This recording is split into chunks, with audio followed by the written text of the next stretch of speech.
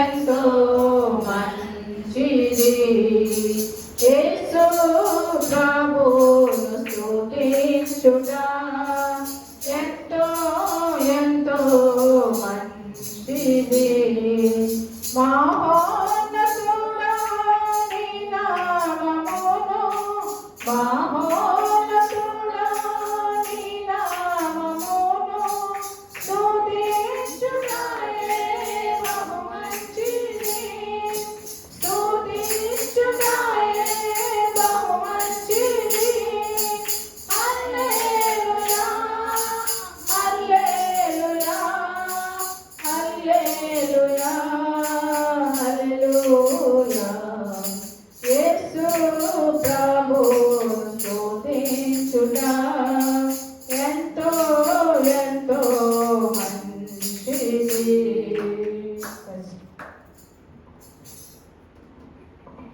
ప్రార్థన చేసుకుందాం. మహాకృపా ప్రేమ గల మా దగ్గర తండ్రి, నీ నామములకు వేలాది స్తోత్రములు నాయన. ఈ యొక్క శుక్రవారం ఉపవాస ప్రార్థన కొడికిలో నీవే మాకు తోడునేడుగా ఉండండి తండ్రి. నీ బిడ్డలమైన మేమందరము తండ్రి హృదయపూర్వకంగా నేను స్తుతించి ఘనపరచడానికి నువ్వు ఇచ్చిన కృపను బట్టి వందనాలు. ఈ సమయంలో నీ సేవకుడు బోరుగా వాడుకుని నీ మాటలు నీ వాక్యాన్ని మాకు అందించండి. ప్రతి ఒక్కరూ హృదయ ద్వారా తెరిచి నీ వాక్యం నాటబడి ఫలించలాగిన సహాయం దయచేయమని, నీవే మా మధ్యలో ఉండమని మా ప్రభువు యేసుక్రీస్తు ద్వారా వినయంతో వేడుకొనుచున్నాం తండ్రి. ఆమేన్. ఈ సమయంలో దేవుని వాక్యాన్ని ధ్యానం చేద్దాం. దేవుని లేఖనాల్లో 7 సందర్భాల్లో దేవుడు వివిధ సందర్భాల్లో వివిధ సిచ్యుయేషన్స్లో మనం ఏ విధంగా ఆదరిస్తున్నాడు, ధైర్యపరుస్తున్నాడని ఒక 7 సందర్భాలని మనం ధ్యానం చేద్దాం. లోకాసు వార్త 10వ అధ్యాయం 41వ వచనంలో, లోకాసు వార్త 10వ అధ్యాయం 41వ వచనంలో,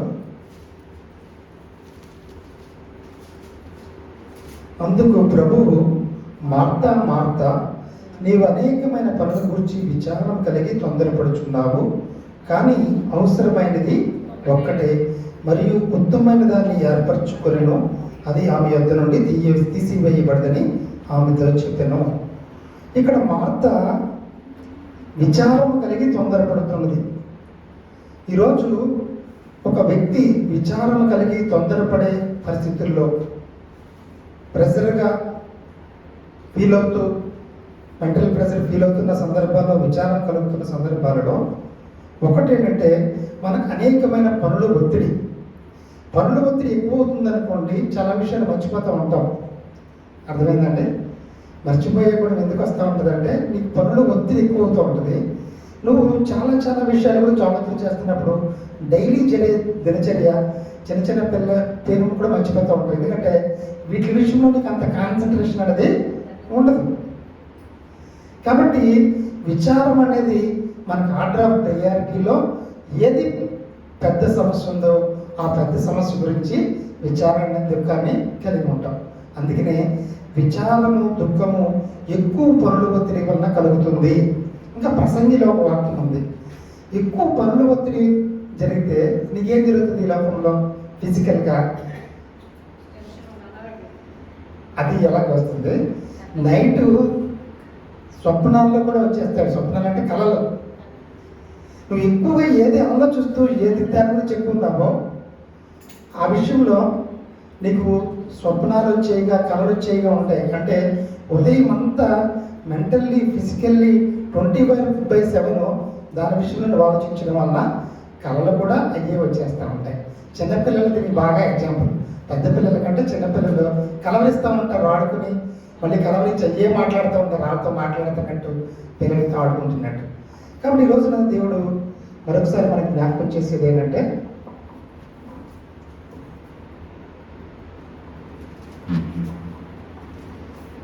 పనులు అనే విషయంలో మనము చాలా నెమ్మది కలిగి తక్కువ పనులు మనం పెట్టుకునే వారంగా ఉండాలి. అలా చెయ్యాలంటే ఏంటి? దానికి ఒక ఈ లోకంలో ఉన్న టెక్నిక్ ఏంటి? టైం టేబుల్ ఒకటి, వర్క్స్ అనేవి డిస్ట్రిబ్యూట్ చేస్తామట. ఒక వ్యక్తి మెంటల్ ప్రెషర్ కానీ ఫిజికల్ ప్రెషర్ కానీ ఒకే వ్యక్తికి ఎక్కువ లోడ్ అయింది అనుకోండి, అదేమవుతుంది? అతనికి ఆటోమేటిక్ ఇప్పుడు కాలంలో హార్ట్ స్ట్రోకుల నుంచి బ్రెయిన్ స్ట్రోకుల దాకా రావడానికి కారణం అదొకటే. పనులు వాళ్ళని చూడడం, అన్ని బాధ్యతలు వాళ్ళు ఆలోచించడం, ప్రతి చిన్న విషయంలో వాళ్ళే మెంటల్ ప్రెజర్ తీసుకోవడం, ప్రతి చిన్న విషయంలో ఫిజికల్గా వాళ్ళే దాని గురించి ఆలోచించడం. అందుకనే కుటుంబంలో కానీ ఎక్కడైనా సరే సంఘంలో కానీ ఏ పరిస్థితులైనా వర్క్స్ అనేవి డిస్ట్రిబ్యూట్ చేయాలి. డిస్ట్రిబ్యూట్ చేయడం ద్వారా ప్రతిదీ మనం ఆలోచించకుండా వారికి కొంత స్వేచ్ఛ స్వతంత్రం ఇచ్చి మనం ప్రెజర్ తగ్గించుకోవడం ద్వారా వారికి వర్క్ అనేది డిస్ట్రిబ్యూట్ అవుతూ ఉంటుంది. అది కుటుంబంలో కూడా ప్రాథమికమైనదే. కొంతమంది ఎక్కువగా వర్క్ అయిపోయే నైజం ఉంటుంది, కొంతమంది చాలా టేక్ ఇట్ ఈజీగా తీసుకునే నైజం ఉంటుంది. అంటే వాళ్ళని చూస్తే వీళ్ళకి బాధ్యతారహితంగా కనబడుతూ ఉంటారు. నిజంగా అది కూడా మంచిది కాదు, ఎందుకంటే వారికి చెప్పి వారికి కొన్ని బాధ్యతలు అని చెప్తూ ఉంటారు. కాబట్టి ఈరోజు దేవుడు ఏం చెప్తున్నాడంటే, నువ్వు ఎక్కువ పనులు ఒత్తిడి నీ జీవితంలో ఉంటే నీకు విచారము దుఃఖము కలుగుతుంది. అది నువ్వు పోగొట్టుకోవాలంటే అది నీ చేతుల్లో ఉన్న పని. ఎవరికి ఏ పని అప్పచెప్పాలో వారికి బాధ్యత ఇచ్చి నువ్వు డిస్ట్రిబ్యూట్ చేసి వారికి స్వేచ్ఛ ఇచ్చి నువ్వు మానిటరింగ్ చేసి మేనేజరల్ క్యాడర్లో మేనేజ్మెంట్ చేయగలగాలి. ప్రతి పని మనమే చేయాలని అనుకోకూడదు. రెండో పని ఏంటంటే, నీ పనులు ఒత్తిడిలో దేవుని మీద ఆధారపడడం నేర్చుకోవాలి. అవసరమైన పనులు మాత్రమే మనం చేయాలి, కానీ ప్రతి పనిని పూసుకోకూడదు. ప్రతి పని మనదే అనుకోవడం వల్ల ఏమవుతుందంటే వారి భారం కూడా, వారి మానసిక భారం కూడా మన మీద వేసుకుంటూ ఉంటాం. ప్రతి సమస్య మందైపోతుంది. ప్రపంచ సమస్యలన్నీ మందైపోయి అసలు నీ సమస్య గురించి, నీ జీవితం గురించి నువ్వు ఆలోచించుకోకుండా ప్రపంచం గురించి, ప్రజల గురించి ఆలోచిస్తూ నీ జీవితంలో నువ్వు ముందుకు వెళ్ళడం అనేది మానివేయబడతాం. కాబట్టి ముందు మన ఇల్లు చక్కబెట్టుకునే కార్యక్రమంలో మనం ఉండాలి. ఆత్మీయ జీవితాన్ని కాపాడుకుంటూ మన ఇల్లు చక్కబెట్టుకుంటే తర్వాత మనకి నీడ దొరికితే ఇంకొకరికి నీడ ఇవ్వగలుగుతాం. డెఫినెట్గా ఈ లోకంలో ఎక్కువ పనులు పెట్టుకుంది మార్త. అప్పుడు దేవుడు ఏమన్నాడంటే, ఈ పనులన్నీ ఎక్కువ పెట్టుకున్నావు, తొందరపడుతున్నావు, విచారణ కలిగి ఉన్నావు, మెంటల్ ప్రెజర్ ఫీల్ అవుతున్నావు, కానీ ముందుగా నువ్వు నా దగ్గరకు వస్తే దేవుడే నీకు నెమ్మదినిస్తాడు. ఏ పని తర్వాత ఏ పని చేయాలో సహాయం చేసేవాడిగా ఉన్నాడు. దేవుడు ఇచ్చే జ్ఞానము చిన్న చిన్న విషయాల్లో కూడా దేవుడిచ్చే జ్ఞానం చాలా అద్భుతమైనదండి. అద్భుతమైనది. ఎంత లోకంలో తెలివైన వారైనా ఏ పని తర్వాత ఏ పని చేయాలో వారికి అర్థం కాదు. మరి నాకు లాస్ట్ వీక్ ఒక ఫోన్ వచ్చిందండి. ఒక వ్యక్తి చేశారు, ఫ్రెండ్స్ ఎవరో ఇచ్చారో నాకు చేశారు. చేస్తే ఆ బ్రదరు చూడండి అని చాలా చెప్పిన తర్వాత, బ్రదర్ మీ చర్చ్ అకామిడేషన్ కావాలండి, సండే 3 to 5 నాకు అకామిడేషన్ కావాలని అడిగారు. ఏంటి బ్రదర్, నేను అన్నింటికి ముందు మూవ్ అనేస్తాను. నేను ఏదో ఆలోచించుకుంటూ ఉంటాను, ఏదో అబ్జెక్ట్ ఎజెండా లాగా ఓకే అని అనలేదు. కానీ సరే బ్రదర్ అనేసి అన్నాను. తర్వాత అసలు మీరు ఏంటి, నాకు ఏం చేస్తున్నాను నాకు అర్థం కాలేదు. అసలు ఒకసారి చెప్పండి అనేటికి వాళ్ళు ఏదో సంథింగ్ ఏదో ఫామ్ పెట్టుకున్నారు, ఫోరం పెట్టుకున్నారు. దాని ద్వారా ఈ ఇంటర్మీడియట్ అయిన వాళ్ళకి అడ్మిషన్స్ విషయంలో ఇప్పుడు మీరు తిరుగుతున్నారు కదా, మీరు పిల్లలు తిరిగినట్టుగా మీరు అడ్మిషన్ చేయడానికి ఎలా తిరుగుతున్నారు, అలాంటి కాన్సెప్ట్ కాదు, కానీ అతను వాలంటరీగా పెట్టుకున్నట్టుగా పెట్టుకొని దాని విషయంలో కౌన్సిలింగ్ చేస్తాం. ఇర్రెస్పెక్టివ్ క్రిస్టియన్స్, ఎక్కువగా ఫోకస్ పాస్టర్ పిల్లలు క్రిస్టియన్స్ అని చెప్పారు. దానికి హిందూస్ ముస్లిమ్స్ కూడా ఎలిజిబుల్ అనేది చెప్పుకొచ్చారు. అప్పుడు నాకు ఇంకొకసేపు నేను ఆలోచించుకొని దేవుడు నాకు ఇచ్చిన ఆలోచనతో, మరి రేపు పొద్దున్న మనకైతే నాకు డైరెక్ట్ కాదని తెలియదు. ఇప్పుడు ఎవరో ఒక వ్యక్తిని మనం గైడ్ చేసి ఆ రాంగ్గా ఒకవేళ వాళ్ళ దగ్గర నుంచి ఏదో జరిగింది అనుకోండి, ఇక్కడ ఎవరి లోపల ఎవరు పట్టుకుంటారు? ఎవరు రెఫరెన్స్ ఇచ్చారు? మీరు ఎవరు రెఫరెన్స్ ఇచ్చారు? అంతే కదండి. కంప్లీట్గా 100% నోన్ పర్సన్ ద్వారా ఒక గైడెన్స్ తీసుకోవడం వేరు. అన్నోన్ పర్సన్లో మనం ఏం జరిగినా అంటే అఫ్కోర్స్ వేరే వాళ్ళ ద్వారా తెలియచ్చు, కానీ అటువంటి బాధ్యత అనేది మనం నెత్తి మీద మేము వేసుకోలేం కదా మందిరాల్లో. స్పిరిచువల్ యాక్టివిటీ అంటే నో ప్రాబ్లం, స్పిరిచువల్ యాక్టివిటీకి మనం సంతోషంగా ముందుకు వెళ్తాం. అది కంప్లీట్గా స్పిరిచువల్ యాక్టివిటీ కాదు కదా, సోషల్ యాక్టివిటీ కదా. బ్రదర్ ఏమనుకోద్దండి, నాకు ఇంట్రెస్ట్ లేదు. మళ్ళీ మీరు ఏ పాస్టర్ గారితో రెఫరెన్స్ తీసుకుని వాళ్ళందరూ ఫోన్లు కాంటాక్ట్ చేసిన, పాస్టర్ గారు మీ దగ్గర పెట్టారు కదా, మీరే కదా రోజు రమ్మన్నారు, మిమ్మల్ని బట్టి మేము వచ్చాం కదా అని ఎప్పుడైనా ఒక 10,000 కట్టేసి వాళ్ళు సరిగ్గా రెస్పాండ్ అవ్వకపోయినా నన్ను అడిగితే దానికి నేనేం పంచిందంటే నాకు తెలియదు కదా అక్కడ ఏం జరుగుతుంది అన్నది అనేసి దయచేసి అంటే ఏమనుకోవద్దు బ్రదర్, స్పిరిచువల్ యాక్టివిటీకి ఓకే కానీ నాకు ఇంట్రెస్ట్ లేదని చెప్పాను. అంటే ఇది ఎందుకు చెప్తున్నానంటే కొన్ని సందర్భాల్లో మనకు ఆలోచన రాదు. అంటే అఫ్కోర్స్ ఇది రైట్ అన్నాగానే సెకండరీ, ఆ కేస్ స్టడీ అనేది సెకండరీ. కొన్ని సందర్భాల్లో మనం ఏ విధంగా నడుచుకోవాలి, దేవునిలో ఏ విధంగా వెళ్ళాలి అనేది తప్పకుండా మనం ఏం చేయాలంటే దేవుడు అద్భుతమైన ఆలోచన విధానాన్ని, ఆలోచన క్రమాన్ని ఇస్తూ ఉంటాడు. అలా ఇవ్వకపోతే మనము ఏ విషయంలో ఏ నిర్ణయాలు తీసుకోలేము. పనులన్నీ నెత్తి మీద వేసుకుని కంగారు అయిపోతూ ఉంటాం. కాబట్టి ఈ రోజున దేవుడు ఏం చెప్తున్నాడంటే, నువ్వు ప్రతి దానికి కంగారు పడద్దు, ఎక్కువ పనులు ఒత్తిడి పెట్టుకోవద్దు, నెమ్మది కలిగి మనం చేయగలిగినంతగా ప్రశాంతంగా చేసుకోవడం వల్ల మన ఆత్మీయ ఆరోగ్యం, మానసిక ఆరోగ్యం, శారీరక ఆరోగ్యాన్ని కలిగి ఉంటాం. మనకే ఆరోగ్యం లేకపోతే ఏం చేయగలుగుతామండి? చిన్నప్పుడు గవర్నమెంట్ స్కూల్స్లో నేను చదువుతున్నప్పుడు ఒకటి రాశారు, ఆరోగ్యమే మహాభాగ్యం కదండి. అసలు ఆరోగ్యం అనేది విలువైనది కదా. కాబట్టి మన ఆరోగ్యాన్ని కాపాడుకోవాల్సింది మనమే. కాబట్టి ఈ రోజున దేవుడు మరొకసారి జ్ఞాపకం చేసేది ఏంటంటే, నీ విచారానికి, దుఃఖానికి కారణం నీ పిల్లల ప్రతి విషయంలో నువ్వు ఎక్కువగా వర్రీ అవుతుంటే అది దేవుని మీద వేసి పనుల ఒత్తిడి తగ్గించుకోవడం ద్వారా నెమ్మది కలిగి దేవునికి మన భవిష్యత్తును అప్పగిస్తే దేవుడు తప్పకుండా మేలు చేసేవాడిగా ఉంటాడు. అది మొదటి సందర్భం. రెండవ సందర్భం ఏంటంటే, యోహాను సువార్త 20:15. యోహాను సువార్త 20:15. యోహాను సువార్త 20:15. యేసు, అమ్మా ఎందుకు ఏడ్చుచున్నావు, ఎవరిని వెతుకుచున్నావు అని ఆమెను అడగగా, ఆమె ఆయన తోటమాలి అనుకొని, అయ్యా నీవు ఆయనను మోసుకొని పోయిన ఎడల ఆయనను ఎక్కడ ఉంచితివో నాతో చెప్పుమో, నేను ఆయనను ఎత్తుకొని పోదునని చెప్పాను. ఇక్కడ రెండో సందర్భంలో మగ్దలేని మరియ కన్నీరుతో బాధపడుతుందండి. కన్నీరు విడుస్తూ ఏడుస్తున్న సందర్భం ఎవరు? మగ్దలేని మరియ. ఏ సందర్భంలో ఏంటంటే, అయితే మరియ సమాధి బయటిని నిలిచి ఏడ్చుచుండెనో, ఆమె ఏడ్చుచు సమాధిలో ఉంది చూడగా తెల్లని వస్త్రములు ధరించిన ఇద్దరు దేవతలు యేసు దేహం ఉంచబడిన స్థలంలో తలవైపున ఒకడు, కాళ్ళ వైపున ఒకడు కూర్చుండి కనబడను. వారు, అమ్మ ఎందుకు ఏడ్చుచున్నావని ఆమె అడగగా, ఆమె నా ప్రభువును ఎవరో ఎత్తుకుని పోయిరి, ఆయనను ఎక్కడ ఉంచినో నాకు తెలియదని చెప్పాను. ఆమె ఈ మాట చెప్పి వెనుక తట్టు తిరిగి యేసు నిలిచి చూచుని కానీ ఆయన యేసు అని గుర్తుపట్టలేదు. యేసు, అమ్మ నీవు ఎందుకు ఏడ్చుచున్నావు, ఎవరిని వెతుకుచున్నావు అని ఆమెను అడగగా, ఆమె ఆయన తోటమాలు అనుకుని, అయ్యా నీవు ఆయన మోసుకొని పోయేలా ఆయన ఎక్కడ ఉంచుతో నాతో చెప్పమని ఆయన ఎత్తుకుని పోదాం. అంటే కన్నీటితో ఏడుస్తుంది, నా యేసయ్య కనిపించట్లేదని. మనం కూడా కొన్ని సందర్భాల్లో ఏడుపు వచ్చేంతగా సమస్యలు ఉంటాయి. ఏడుపు వచ్చేంతగా ఏడుపు ఒకటే తక్కువ అన్నట్టుగా మనకు బాధ కలిగే అంశాలుగా ఉంటాయే ఉండేవాళ్ళు. అటువంటి సందర్భాల్లో యేసయ్య కనబడినా సరే గుర్తుపట్టలేకపోయాయి. యేసయ్య ఈమెతో మాట్లాడుతున్నా సరే గుర్తుపట్టలేని విధంగా ఉంది, గుర్తుపట్టలేకపోయింది, తోటమాల అనుకుంటుంది. కాబట్టి దేవుడు మన జీవితాలలో ఆయన స్వరం మనతో మాట్లాడుతున్నప్పుడు సేవకుల ద్వారా, వాక్యం ద్వారా, సంఘటనల ద్వారా, పరిస్థితుల ద్వారా, విశ్వాసుల ద్వారా, దర్శనాల ద్వారా, కళల ద్వారా దేవుని చిత్తాన్ని మనకు తెలియజేసి మాట్లాడుతున్నప్పుడు మనం ఏమవుతామంటే, దేని గురించి మనం ఎక్కువగా ఏడుస్తూ బాధపడుతున్నామో అది దేవుని స్వరాన్ని గుర్తుపట్టకుండా మనల్ని చేస్తూ ఉంటుంది. దేవుడు ఆ పక్కన మనల్ని ఆదరిస్తూ ఉంటాడు, దానికి జవాబిస్తూ ఉంటాడు, సమస్య పరిష్కారం చెప్తూ ఉంటాడు. కానీ ఆయన స్వరాన్ని గుర్తుపట్టకపోవడానికి కారణం ఏంటంటే, మనకున్న బాధ ఎంత బాధ ఉంటుందంటే, ఆ ఏడుపులు బాధలో ఇంక మిగిలిన ఏ విషయాల్ని మనం పట్టించుకోలేము, ఏ విషయాల గురించి ఆలోచించలేము, ఏ విషయాల గురించి ఏం చేయాలో అర్థం కాదు. అందుకనే అమ్మ కొంచెం తమాయించుకోండి అని అంటూ ఉంటారు కదా.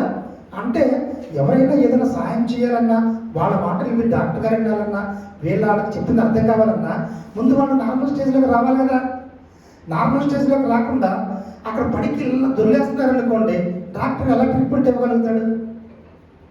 ఇప్పుడు ఎవరికో పిల్లడికో ఎవరికో ఏదో జరిగింది, లేదా అక్కడ పడి తల్లిదండ్రులు దొరుకుతున్నారనుకోండి,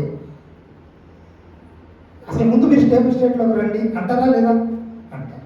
కాబట్టి ఈ రోజున మనం తెలియజేసుకోవాల్సింది ఏంటంటే, మనము ఏదైనా ఒక విషయంలో చాలా భరించలేనంత బాధ కలుగుతూ ఏడుస్తున్న సందర్భంలో కూడా దేవుడు మనల్ని ఆదరించేవాడిగా, మనతో మాట్లాడేవాడిగా ఉంటాడు. అటువంటి సందర్భంలో ఆయన స్వరం వినపడలేకపోవడం కారణం ఏంటంటే, మన బాధను మనం తమాయించుకొని నెమ్మది కలిగి మనం ఏం చేయాలంటే, ప్రశాంతంగా ఉంటే దాని విషయంలో మనము కొంత ఆలోచన చేయగలుగుతాం, ఎవరి మాటలన్నా వినగలుగుతాం, దేవుని మాటలు వినగలుగుతాం, దేవుని స్వరాన్ని వినగలుగుతాం, దేవుడిచ్చిన పరిష్కార మార్గం నుంచి బయటకు రాగలుగుతాం. నిజంగా అది చేయడం అంత చిన్న ఈజీ కాదు. కానీ మనం చిన్న చిన్న విషయాల్లో కూడా మన కుటుంబాల్లో మనం ప్రాక్టీస్ చేస్తూ ఉండాలి. అలా చేయకపోతే పెద్ద సమస్య వచ్చినప్పుడు బ్లాంక్ అయిపోతాం. ఒక్కసారిగా మైండ్ బ్లాంక్ అయిపోయి ఏం చేయాలో అర్థం కాని పరిస్థితి.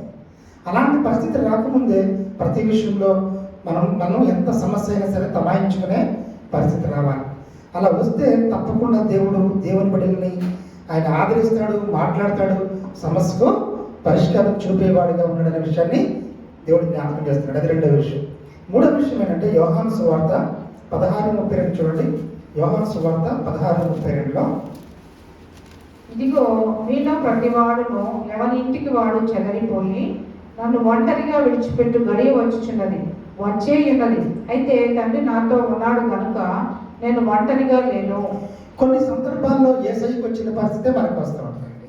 యేసయ్య తన శిష్యులతో అంటున్నాడు ఏమనంటే, నేను ఒంటరిగా లేను, మీరందరూ నన్ను విడిచిపెట్టేస్తారు ఒకనొక దినాన, మీరందరూ చెదిరిపోతారు అంతే, నాకెవరు అండగా దండగా ఉండరు, నాకెవరు రియల్ టైంలో హెల్ప్గా ఉండరు, నన్ను అందరూ విడిచిపెట్టి వెళ్ళిపోతారు. కానీ నేను ఒంటరితనంలో లేను, నా తండ్రి నాకు తోడుగా ఉంటాడు. మన జీవితంలో కూడా మనం ఒక్కొక్కసారి ఒంటరితనం ఫీల్ అవుతూ ఉంటాం. లోన్లీనెస్ అనేది ప్రతి ఒక్క వ్యక్తి షేర్ చేసుకోవడానికి అవకాశం లేని వ్యక్తులు ఎవరైనా ఉన్నారనుకోండి, షేర్ చేసుకోవడానికి ఎవరితోనూ షేర్ చేసుకోము. షేర్ చేసుకునేంత క్లోజ్నెస్ పీపుల్ లేనప్పుడు మనిషి ఒంటరితనమే ఫీల్ అవుతూ ఉంటాడు. అందుకనే చాలామంది ఇంట్రావర్ట్గా ఉండద్దండి. మనిషి లోన్లీగా ఎవరితో మాట్లాడుకున్నాం, మనుషులు షేర్ చేయాలి. అప్పుడు నీ మనసు యొక్క భారం అనేది తగ్గుతూ ఉంటుంది. దానివల్ల మనకు వచ్చే నష్టం లేదు, కానీ నీ మనసు భారాన్ని నువ్వు తగ్గించుకుంటావు.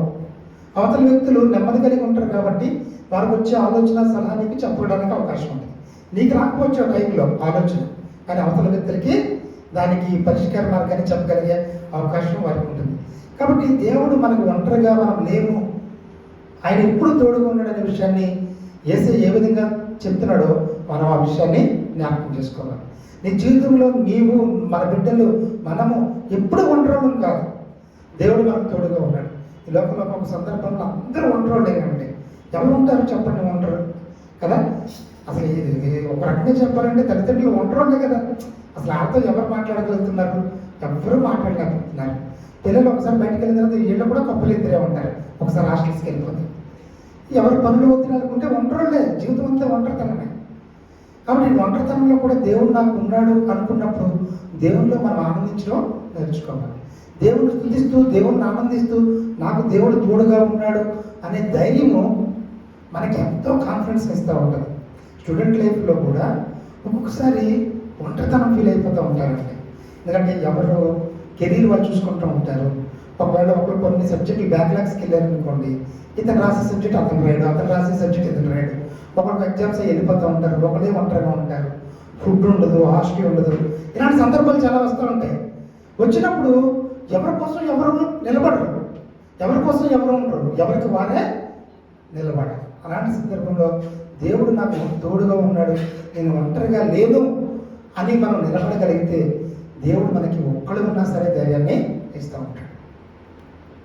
నిజంగా అది చాలా సంతోషాన్ని ఇస్తూ ఉంటుందండి, చాలా ధైర్యాన్ని ఇస్తూ ఉంటుంది. ఒక్కసారి మనం డిస్కరేజ్ అయిపోతున్నప్పుడు, నిరాశపడిపోతున్నప్పుడు మనం దేవుడు చాలా మన ధైర్యాన్ని ఇస్తూ ఉంటాడు. నా జీవితంలో అయితే చదువు ఎప్పుడు చదవాలనిపించకపోయినా బైబిల్ తీసి ఎన్ని ఎంజాయ్ వెళ్తూ ఉండేనండి. అందరూ చదువుకుంటూ ఉండేవారు.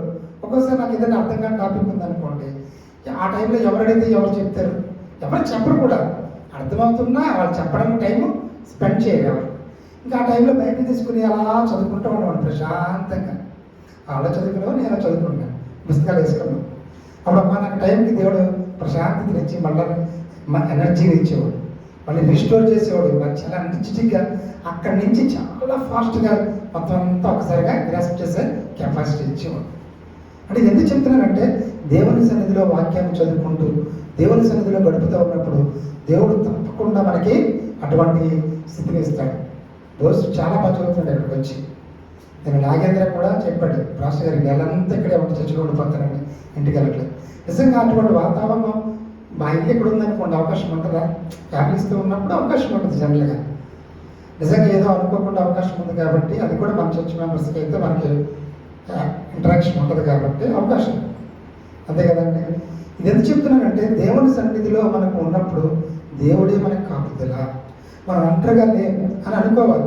ఆడపిల్లలు సైతం ఎక్కడెక్కడికో వెళ్ళి ఉద్యోగాలు చేస్తున్నారు కదండి, కదా, ఉద్యోగాలు చేస్తున్నారు. మనం ఎందుకు భయపడాలి? ఈ రోజుల్లో అందరూ ఎవరు మనుషులు తోడు ఉండరు, కానీ దేవుడే మనకి తోడుగా ఉన్నాడు. కాబట్టి ఈ రోజున అన్ని సందర్భాల్లో కూడా దేవుడే మనకు తోడుగా ఉన్నాడు, ఒంటరిగా లేమని అనే అనుభవంలో మనం ఉంటే మనం ఈ లోకంలో అన్ని సందర్భాల్లో కూడా ధైర్యంగా ఉండగలుగుతాం. ఇంకొక సందర్భం చూడండి, మత్తయి సువార్త 8వ అధ్యాయం 3వ వచనం. మత్తయి సువార్త 8వ అధ్యాయం 3వ వచనం. అందుకు ఆయన చెయ్యి చాపి వారి ముట్టి, నాకు ఇష్టమే, నీవు శుద్ధుడవు కమ్మని చెప్పగా తక్షణమే వాని కుష్ఠరోగము శుద్ధి ఆయను. చూడండి, యేసయ్యని అంటున్నాడు, ఇదిగో కుష్ఠులోకి వచ్చానులోకి ప్రభు నీకు ఇష్టమైతే నన్ను శుద్ధినిగా చేయగలవన్నందుకు ఆయన చెయ్యి చాపి వారిని ముట్టి నాకు ఇష్టమే నువ్వు శుద్ధుడు కమ్మని చెప్పగా తక్షణమే వాని కుష్ఠరోగము శుద్ధి అయ్యి. కాబట్టి కొన్ని సందర్భాల్లో అనారోగ్య పరిస్థితుల్లో, అనారోగ్యం అంటే శారీరక అనారోగ్యాలు అనుకోకండి, శారీరక అనారోగ్యాలు కొంచెం కనబడితే ట్రీట్మెంట్ వాడేయచ్చు. మానసిక అనారోగ్యాలు ఎవరు కనబడతాయండి? అది డోస్ పెరిగితేనే బయటపడి మనం రికగ్నైజ్ చేస్తాం, మందులు వాడతాం. కొన్ని డోస్ తక్కువ చిన్న చిన్న మొక్కల్లాగే ఉంటాయి. అప్పుడు ఆ పరిస్థితుల్లో మనం ఏమనుకుంటామంటే వీళ్ళ విధానం ఇంతే, వీళ్ళ మెంటాలిటీ ఇంతే అనుకుంటాం.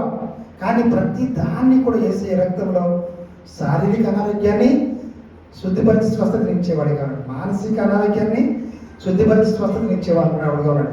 మరి ఆత్మీయ అనారోగ్యం, నువ్వు ప్రార్థనలో బలహీనంగా ఉంటున్నావా, ప్రార్థన చేసుకోవాలనిపించట్లేదా, ప్రార్థనలో ఆనందించలేకపోతున్నావా, దేవుని సహవాసంలో ఆనందించలేకపోతున్నావా, అది కూడా ఆత్మీయ అనారోగ్యమే. ఎందుకంటే లోకము మనతో నిండినప్పుడు, లోకము పనుల ఒత్తిడి నిండినప్పుడు దేవునిలో ఆనందించలేకపోతామంట. కాబట్టి అటువంటి ఆత్మీయ అనారోగ్యాన్ని కూడా దేవుడు ఆయన తీసివేసి సంపూర్ణ ఆరోగ్యాన్ని ఇచ్చేవాడిగా ఉన్నాడు. కాబట్టి ఈ రోజున దేవుడు మనకి ఆత్మీయ ఆరోగ్యాన్ని, మానసిక ఆరోగ్యాన్ని, శారీరక ఆరోగ్యాన్ని మనం ప్రార్థన చేయాలి. మీ అందరికీ ఒక ప్రేయర్ రిక్వెస్ట్ ఏంటంటే మన ధన్యా సిస్టర్ గురించి ప్రార్థన చేయండి. నాకు చాలా వేదనగా ఉంది. నాకు అంటే నేను మామూలుగా అనుకున్నాను, కానీ ఇంటికి వెళ్ళి మనం 1 అవర్ మాట్లాడిన తర్వాత చాలా బాధగా ఉంది. మాట్లాడుతున్నాం, కమ్యూనికేట్ చేస్తున్నాం, అయినప్పటికీ మరలా మన కుటుంబంలో బిడ్డ కాబట్టి, మనలాగా ఆత్మీయ రక్త సముద్రాలు కాబట్టి మనం అందరం భారం కలిగి ప్రార్థన చేయాలి. ఎందుకంటే దేవుడు మాత్రమే ఆరోగ్యం ఇవ్వడు. నిజంగా అలాంటి ఆరోగ్యం ఇస్తే మరలా మన కుటుంబానికి ఇబ్బంది లేకుండా ఉంటుంది. ఈ రోజున మనందరం కూడా ప్రార్థన చేయాల్సింది ఏంటంటే అనారోగ్యంతో ఉన్నప్పుడు ప్రార్థన చేసుకోవడం ద్వారా, దేవుడు స్వస్థపరచడం ద్వారా మనము ధైర్యంగా ఉండగలుగుతాం. కాబట్టి చిన్న చిన్న అనారోగ్యాలకి భయపడకూడదు. ఇంకో 5వ సందర్భం అంటే చూడండి, ఇర్మియా గ్రంథం 9వ అధ్యాయం 12వ వచనంలో, ఇర్మియా 9:12, ఇర్మియా 9:12లో ఈ సంగతిని గ్రహింపగల జ్ఞాని ఎవడు, దానిని వాడు తెలియజేయనట్లు యెహోవా నోటి మాట ఎవరికి వచ్చెను, ఎవడునూ సంచరింపకుండా ఆ దేశము ఎడారి వలె ఎలా కాలిపోయి పాడాయను. కాబట్టి ఈ సందర్భం ఏం చెప్పబడుతుందంటే, ఇశ్రాయేలీయులు దేవునికి వ్యతిరేకంగా జీవించినప్పుడు ఈ యెరూషలేము గోడలు పగలగొట్టబడ్డాయి, చాలా పాతబడిపోయి పాడైపోయిన పరిస్థితిలో ఉంది. మనం కూడా ఏదైనా ఇంటికి తాళం వేసి ఏదైనా ఊరు సమ్మర్ వెకేషన్కి వెళ్ళి వచ్చేటికి ఎలా ఉంటుందంటే మన ఇల్లు పాడైపోయిన పరిస్థితిలో ఉంది. మరలా 4 రోజులు శుభ్రపరచుకుంటే కానీ లైఫ్లో పడదు. కాబట్టి కొన్ని సందర్భాలలో దేవునికి అవిధేయతగా ఉండడం వల్ల, దేవునికి దూరంగా ఉండడం వల్ల మన యొక్క పరిస్థితులన్నీ పాడైపోయే పరిస్థితులు ఉంటాయి. అవి చూసినప్పుడు మనకి ఎలా ఉంటుందండి, చాలా బాధగా ఉంటుంది. అందుకే దేవుడు ఇంకా నెక్స్ట్ వచ్చిన చదువు అక్కడ ఏముంది, ఇర్మియాలో చివరిదాకా. అందుకు యెహోవా ఇలా సెలవిచ్చున్నాడు, వారు నా మాట వెనుకయు దాన్ని అనుసరింపకయు నేను వారికి నియమించిన నా ధర్మశాస్త్రమును విసర్జించి తమ హృదయ మూర్ఖత చొప్పున జరిగించుటకై తమ పితరులు తమకు నేర్పినట్లు బయలుదేవతలను అనుసరించుచున్నారు. గనుకనే వారి దేశము పాడైపోయెను.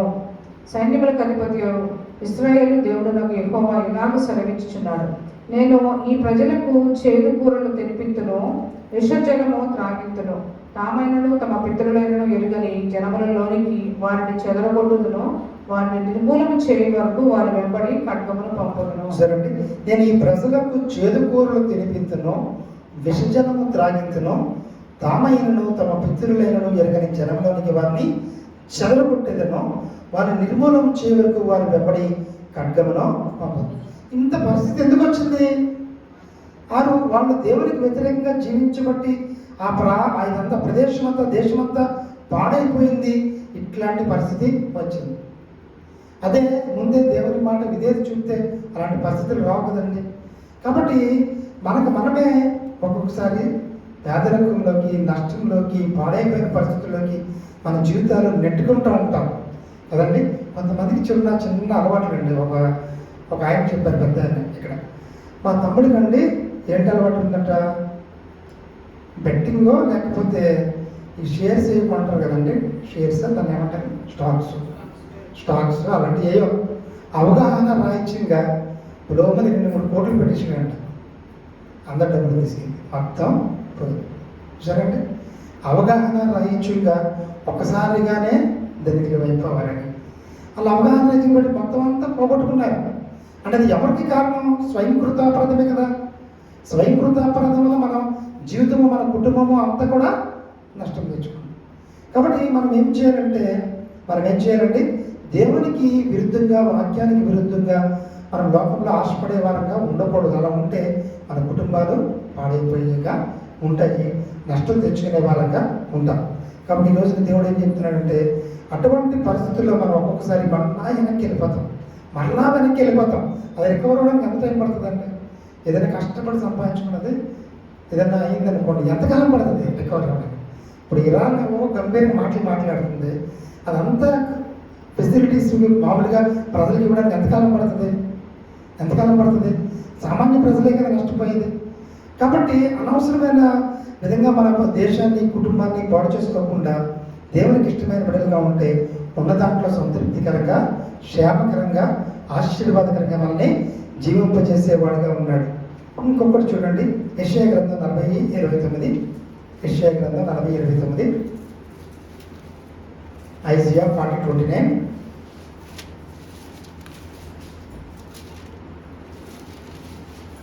ఐజియా 40:29. సమస్యలను వారికి బలమిచ్చేవాడు ఆయనే, భక్తిహీనులకు బలాభివృద్ధి కలిగించేవాడు ఆయన.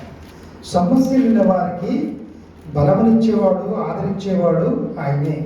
అలా బైబిల్లో ఒక వ్యక్తి సమస్యలపై పరిస్థితిలో ఉన్నాడు. ఎవరు? ఏలియా గారికి ఆహారం లేనప్పుడు కాకుల ద్వారానే కదా ఆహారం ఇచ్చాడు. మనం కూడా టైం దాటితే ఆకలిస్తే సమస్యలిపోయే పరిస్థితి వస్తుంది కదా. కాబట్టి దేవుడు సమస్యలిపోయిన పరిస్థితుల్లో మనం ఇంకొక చోట కూడా ఆయన పడుకుని పోయాడు నీరసంతో కూడా నిద్ర వచ్చేస్తూ ఉంటుంది కదా. ఆ నిద్రపోయినప్పుడు మళ్ళీ దేవుని దూతలు వచ్చి లేపి ఆయనకి భోజనం పెట్టి, ఇక్కడ చాలా నడవాలి, నడవని పెట్టి భోజనం పెట్టి పంపించింది కదా. కాబట్టి సమస్యలున్న పరిస్థితుల్లో దేవుడు మనల్ని బలపరిచేవాడుగా ఉన్నాడు, తృప్తికరమైన ఆహారం ఇచ్చేవాడుగా ఉన్నాడు, మనల్ని బలపరిచేవాడుగా ఉన్నాడు. ఒక్కోసారి అనిపిస్తూ ఉంటుంది, మనకన్నా టయానికి భోజనం వండుకుంటాం దొరుకుతుంది, కానీ అసలు చాలామందికి ఆ టైంకి అందరికీ ఈక్వల్గా ఆకలేస్తుంది. భజన బెక్కర్స్ కనబట్టలేదు, కానీ బస్ స్టాండ్లో అక్కడక్కడ అలా తిరుగుతూ ఉంటారు కదా, వాళ్ళకి ఆ టైంకి ఎవరో కూడా ఆహారం పెడతారని గ్యారంటీ ఏమైనా ఉందా? గ్యారంటీగా ఉందా? మన పిల్లలకి మనం టైంకి పెట్టలేకపోతున్నాం కదా, గ్యారంటీగా ఉందా అంటే లేదు. అలాంటప్పుడు వాళ్ళకి సమస్యలు ఇవ్వడం అనేది అలవాటు అయిపోతూ ఉంటుంది. కాబట్టి సమస్యలు ఉన్న వారిని ఆయన బలపరిచేవాడుగా ఆయన ఉన్నాడు. కాబట్టి మనం సమస్యలు ఉన్న పరిస్థితుల్లో దేవుడే మనకి ఆహారాన్ని ఇచ్చేవాడుగా ఆయన ఉన్నాడు. ఇక చివరిగా చూడండి, యోహాను సువార్త 11:25. యోహాను సువార్త 11:25.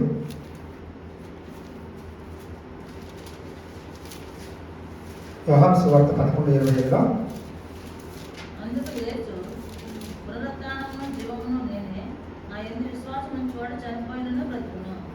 చూడండి, మరణించిన పరిస్థితుల్లో కూడా ఆయన మనకి ఆదరణ ఇచ్చేవాడు ఉన్నాడు. చూడండి, అందుకు యేసు పునరుద్ధారము జీవమును నేనే, నా యందు విశ్వాసం ఉంచిన వాడు చనిపోయినను బ్రతుకు. ఈ ఒక్క మాట ద్వారానే క్రైస్తవ కుటుంబాల్లో చనిపోయినప్పుడు ధైర్యంగా ఉండడానికి ఈ ఒక్కటే వాక్యం. అందరూ బోర్మని ఏడుస్తూ ఉంటారు. ఎవరైతే ఆత్మీయంగా స్థిరపరచబడ్డారో వారు ధైర్యంగా వారి దుఃఖాన్ని ఆపుకొని అన్ని లెవెలైన దుఃఖపడకుండా నిమిత్తం ఉంది కదా 1 దశలోని రాసిన పత్రికలో, ఆ దుఃఖపడకుండా వారు దుఃఖాన్ని దిగమింగుకుంటూ ధైర్యంగా ఉండడానికి కారణం ఏంటంటే, చనిపోయినా సరే మళ్ళా వీళ్ళు బ్రతుకుతారు, నిత్య జీవం ఒకటి ఉంది అనే ఒక్క మర్మాన్ని మనం హృదయపూర్వకంగా విశ్వసించడం ద్వారా మనము ఆయన యొక్క మరణంలో కూడా మనం ఆదరణ పొందగలుగుతున్నాం. లేకపోతే మనం ఆదరణ ఎలా పొందుతామండి? మన తల్లిదండ్రులు కానీ రక్త సంబంధాలు చనిపోయినప్పుడు మనం ఏ విధంగా ఆదరణ పొందుతాం? ఆ ఒకటే పిల్లలకి ఏం నేర్పిస్తాం? చనిపోయిన అమ్మమ్మ నాన్నమ్మ తాత అక్కడ ఉన్నారు, హెవెన్లో ఉన్నారా అని అంటూ ఉంటాం కదా, చనిపోయిన నేర్పిస్తాం కదా. అలా నేర్పించినప్పుడు అర్థం ఏంటంటే వారు నిత్య జీవంలో ఉన్నారనే ఒకే ఒక్క విశ్వాసం మనకి ఆదరించేదిగా ఉంది. అప్పుడు ఈ రోజున మన కష్టమైన పరిస్థితుల్లో, క్లిష్టమైన పరిస్థితుల్లో దేవుడు ఆదరించి ధైర్యపరిచేవాడుగా ఉన్నాడు. 7 విషయాలు చెప్పారు. మొదటిది ఏంటంటే మన చింతలలో ఆయన శ్రమలలో ఆదరించేవాడిగా ఉన్నాడు. రెండోది కన్నీటిలో ఆదరించేవాడిగా ఉన్నాడు. ఎవరు కన్నీరు కారుస్తున్నారు? మగ్దలేని మరియ. చింత ఎవరు పడుతున్నారు? మార్త చింతల్లో, దుఃఖంతో, విచారంతో పనులు ఒత్తిడిగా ఉంది. దేవుడు ఆదరించి సొల్యూషన్ ఇచ్చాడు. కన్నీటితో ఏడిసేది ఎవరంటే ఎవరు? మగ్దలేని మరియ ఆదరించాడు. ఇప్పుడు ఒంటరితనంలో నాకు దేవుడు తోడుగా ఉన్నాడని చెప్పింది ఎవరు? యేసయ్య చెప్పాడు, ఈరోజు మీకు నాకు కూడా ఆయన తోడుగా ఉన్నాడు. 4వది వ్యాధులలో ఆదరించబడటం. ఎవరు శుద్ధుడయ్యాడు? కుష్టి వ్యాధి గల వ్యక్తి శుద్ధుడయ్యాడు. ఈరోజు నిన్ను నన్ను కూడా ఆయన ఇష్టపడుతున్నాడు. శుద్ధి ఆరోగ్యం ఇవ్వడానికి, కంపల్సరీగా ఆరోగ్యం ఇవ్వడానికి ఆయన ఇష్టపడుతున్నాడు. 4. 5వది ఇశ్రాయేల్ జనాంగం. మరి ఒక్కసారి వెనక్కి వెళ్ళిపోయింది వాళ్ళ జీవితం అంతా. పేదరికంలోకి, పాడైపోయిన పరిస్థితుల్లోకి వెళ్ళిపోయింది. అటువంటి పరిస్థితుల్లో కూడా దేవుడు ఆప్షన్ ఇస్తున్నాడు. నువ్వు చేదు నీళ్లు తాగుతావు, నువ్వు ఇలాంటివి తింటావు అని చెప్తున్నా సరే మళ్ళీ ఆప్షన్ ఇస్తున్నాడు. ఏమనంటే నువ్వు మరలా నా మాట వింటే నీకు అక్కడి నుంచి బయటకు తీసుకొచ్చేవాడిని నేనే. 5. 6వది సొమ్మశీలిన పరిస్థితుల్లో, ఏదే గారి సొమ్మశీలిన పరిస్థితుల్లో కాకుల ద్వారా పోషించాడు. దేవుడు మనల్ని కూడా అన్ని పరిస్థితుల్లో కూడా పోషించేవాడిగా ఉన్నాడు. 6. 7 మరణంలో కూడా బైబిల్ ఎగ్జాంపుల్ ఎవరు దానికి? మార్తా మరియ గారి బ్రదర్ ఎవరు? లాజరు గారు చనిపోయినప్పుడు వాళ్ళు బోరుమని ఏడుస్తున్నారు, కానీ దేవుడు మరలా చనిపోయిన వ్యక్తిని లేపడే లేదా? కాబట్టి మరణంలో ఈ లోకంలో లేపాడు. మనమైతే ఈ లోకంలో మరలా నిత్య జీవులో మన సజీవులుగా ఆయన కలుస్తామనే ఒక నిరీక్షణతోనే కూడా మరణంలో ఆదరణ పొందగలుగుతాం. కాబట్టి ఈ 7 సందర్భాల్లో మనం ఆదరించబడుతున్నాం. కాబట్టి దేవుళ్ళు అలా ఆదరించబడాలని సమయంలో ప్రార్థన చేసుకుందాం. పాస్టర్ గారు చేసిన తర్వాత 1 by 1 ప్రార్థన చేద్దాం.